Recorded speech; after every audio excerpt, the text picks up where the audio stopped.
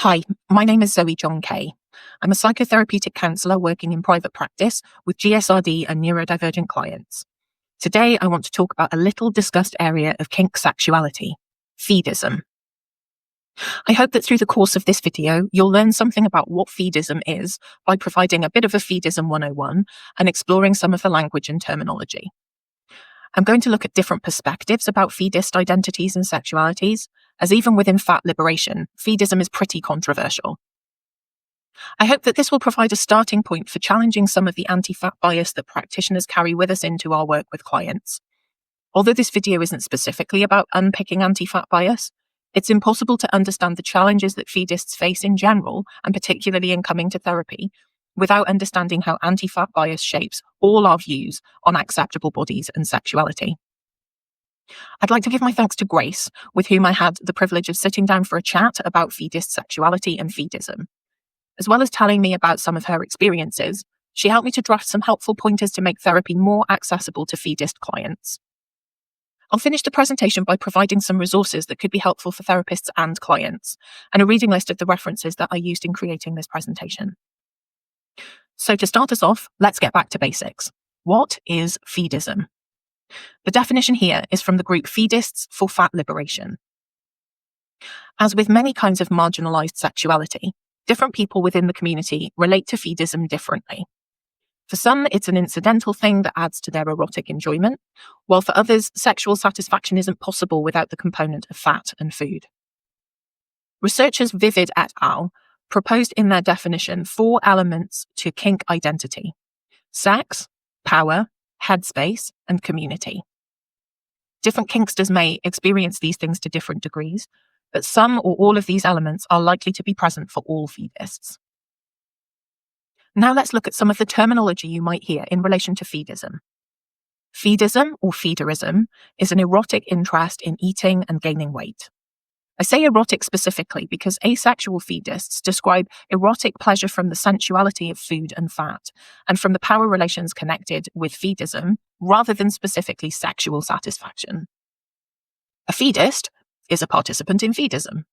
Participation could range from fantasizing about eating or gaining weight, feeding oneself, being fed, feeding others, or stuffing, which is eating large amounts of food to feel stuffed and experience a rounded belly, but not necessarily with the intention of gaining weight. Feeder and encourager are synonymous, but I'm told that feeder is a term more often used by straight Feedists, while encourager is more common amongst queer Feedists. Likewise, feedee is more likely to be used by straight Feedists, and gainer is a more popular queer term. The initialism terms at the bottom of this list are some of the ways that Feedists may refer to fat people in an erotic context. These are often tags for cam and clip sites and ways that adult performers identify themselves. Fat admirers may also look for these labels to find people that they're attracted to, but fat admirers aren't necessarily Feedists. Food and eating is what marks out Feedists from fat admirers or fat fetishists. Feedism as a kink has a particular intersection of oppression. The scholarly field of fat studies has built up a body of literature on the ways that anti-fat bias leads to fat people being rejected by society. Fat people tend to be perceived as lazy, unintelligent, smelly, dirty, and unattractive. Studies have shown that fat people find it harder to get work, as well as being paid less than their thinner peers. These social biases can make it hard for fat people in general to find romantic and sexual partners. It can be hard for people who feel that their body and their desires are likely to make them unlovable and undesirable. Feedism is a niche kink that many kinksters with knowledge of some of the smaller areas of the subculture don't know about its existence. I went on FetLife and found that while a search for rope yielded nearly 14,000 hits on individual profiles, Feedist brought up 12 people and feederism only 7. Feedism is a subculture that's relatively hard to find. Searching for porn using the tags BBW or SSBBW will bring a reasonable number of results, but like porn of all kinds, it's largely straight-focused and made for the male gaze.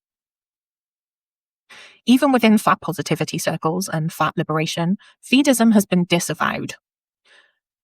The National Association to Advance Fat Acceptance, or NAFA, was originally created by a male fat admirer after meeting his wife to enable other men to meet fat women. Its origins in fat admiration hasn't stopped the organisation falling prey to the common myth that feedism is coercive and wrong. While no community can be homogenous, my experience of fat acceptance and fat liberation has been that much of the focus on liberating fat people from discrimination is based on not being to blame for being fat. Feedism, and feedies or gainers specifically, may challenge the feelings that some fat people have about needing to be a blameless member of a minority group in order to be treated with respect. Due to the biases in available information on feedism, professionals are likely to struggle to find information about feedism that focuses on individual autonomy and pleasure. There is relatively little research into feedism, but in the limited available literature, multiple papers characterized feedism as inherently coercive and as a type of intimate partner violence. As I've previously mentioned, most of the information available on feedism relates to cis heterosexual pairings generally, and to thin male feeders and fat female feedies specifically. The research seems to be based on some myths that I'll bust in the next slide about power dynamics between feeders and feedies, and on the expectation that all participants will be cisgender and heterosexual. Some of the biases deeply woven into feedism research are evident in comparators researchers use when contextualizing feedism, such as bestiality. Those of us who've spent years in LGBTQ+ communities will be familiar with the long history of elements of our communities being compared to people who have sex with animals to evoke disgust. There are also assertions that feedism replicates patriarchal sex, which shows a lack of understanding of how queer and neurodivergent much of the feedist community is. I find it interesting that when speaking with fellow professionals about feedism, the questions I've been asked most often are about supporting people to get out of the feedist lifestyle. As I prepared this presentation and talked about it with colleagues, I was asked by two separate people what I would do in two different hypothetical scenarios. Firstly, about a client who was a feedee, trapped with a feeder who would not stop feeding them. And secondly, about working with a feedee sex worker who felt her health and mobility was being impacted by having to keep gaining as a way to support herself economically. In both of these cases, there are simple answers that have nothing to do with feedism. If someone is in an abusive relationship, which the first example sounds like it is, they can find support to leave that relationship and get resources to help them. If someone is engaging in subsistence sex work and no longer wishes to do so, supporting them to consider alternative ways of supporting themselves and connecting them with resources to change job will help them to make the changes that they want to make.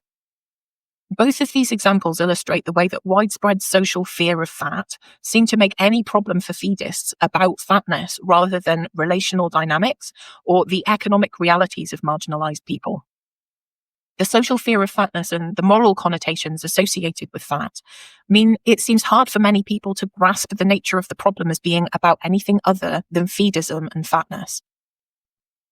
Scholars of BDSM will know how the law has been used to prosecute kink practitioner for elements of their practice that constitute bodily harm. While some feedies may fantasize about becoming immobile, only relatively few feedists actively pursue this.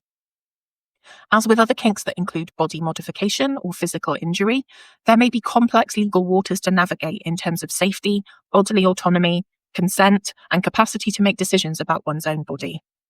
As with any kind of kink dynamic, there's always the possibility of coercion and exploitation. Although feedists pursuing weight gain to the point of immobility are likely to be relatively few. As with other areas of kink sexuality, theorists and lawyers have questioned if it's possible for anyone to give informed consent to changing one's body in a way that might negatively impact their physical health. If a kink-experienced therapist is approaching work with a feedist with a different perspective on risk-aware consent than they would with clients participating in other kinks, it's possible that they have some work to do on identifying their own understandable anti-fat bias. Now I'm going to move on to bust some myths about feedism. I listened to some great podcasts from the queer feedist Wood and had a fantastic chat with Grace, who I mentioned earlier, to break down some of the common misconceptions about feedism. This one I've already spoken about from a research perspective, but it's a common misconception that bears debunking. Feedist dynamics are as varied as the dynamics in other relationships and kinks. In their podcast, Wood hypothesized that most people can't fathom wanting to be fat or get fatter, and the only way that they can make sense of it is to see it as a form of coercive control. This myth also shows a shallow understanding of the diversity of kink dynamics. Some feedist dynamics are like Findom, where gainers demand money for food from their encouragers.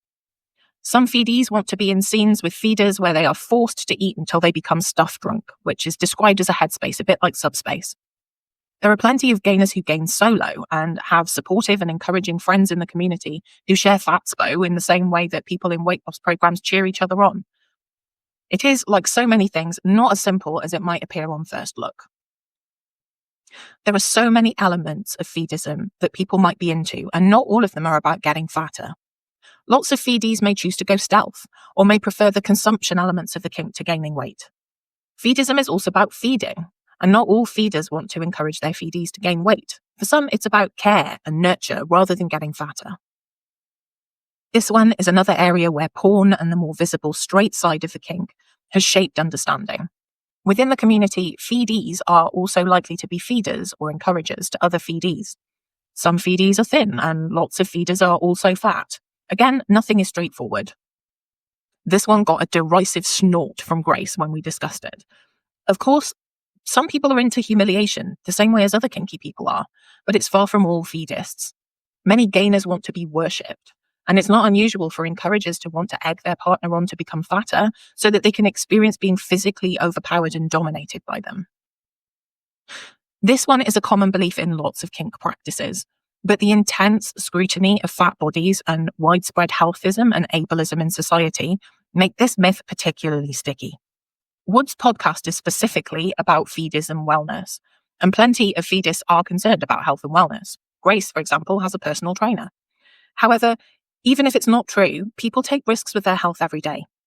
When I chatted about this with Grace, she said, "Everybody dies of something, darling." Just as many people can't grasp the desire to base jump or ski down red runs, others can't imagine intentionally taking the risk of becoming fatter. I want to talk a little about how we can better support feedist clients. Grace and I talked about her introduction to feedism.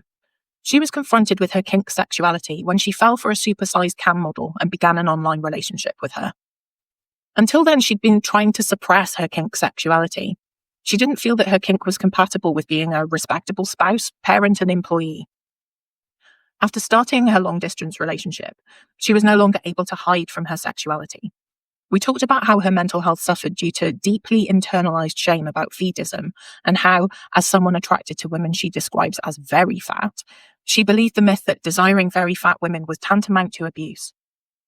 Applying minority stress theory to feedists can be helpful. Feedists having a positive view of themselves and a supportive community can be powerfully protective factors against the expectation and experience of stigma and discrimination. I've included some resources to help clients connect with like-minded kinksters at the end of the presentation. I asked Grace about her experiences with counselling and therapy, and she said she felt she couldn't talk about her desires because she didn't think that any therapist she could have found would have understood her. We talked about what might have made that easier for her, and she said that a therapist who said that they were fat positive or fat liberatory on their profile would have given her some clues that she'd find someone she could work with. Knowing that a therapist understands a bit about fat phobia and has examined some of their own anti-fat bias can give a feedist client confidence to speak about their desires. Kink experienced therapists are easier to find now than they were, but Grace wasn't sure that even a kink experienced therapist would understand her. The combination of understanding of anti-fat bias and of kink sexualities would help to make her more confident to open up to a therapist. A significant part of Grace's journey was discovering other feedists online. Providing clients who think they might be feedists with links to community could be a true gift for someone who is struggling with isolation and shame around who they are. The next slide has some links to resources that you could use to help better understand the community and share with clients to provide them with community and help them develop a more positive relationship with their own desires. And here we are.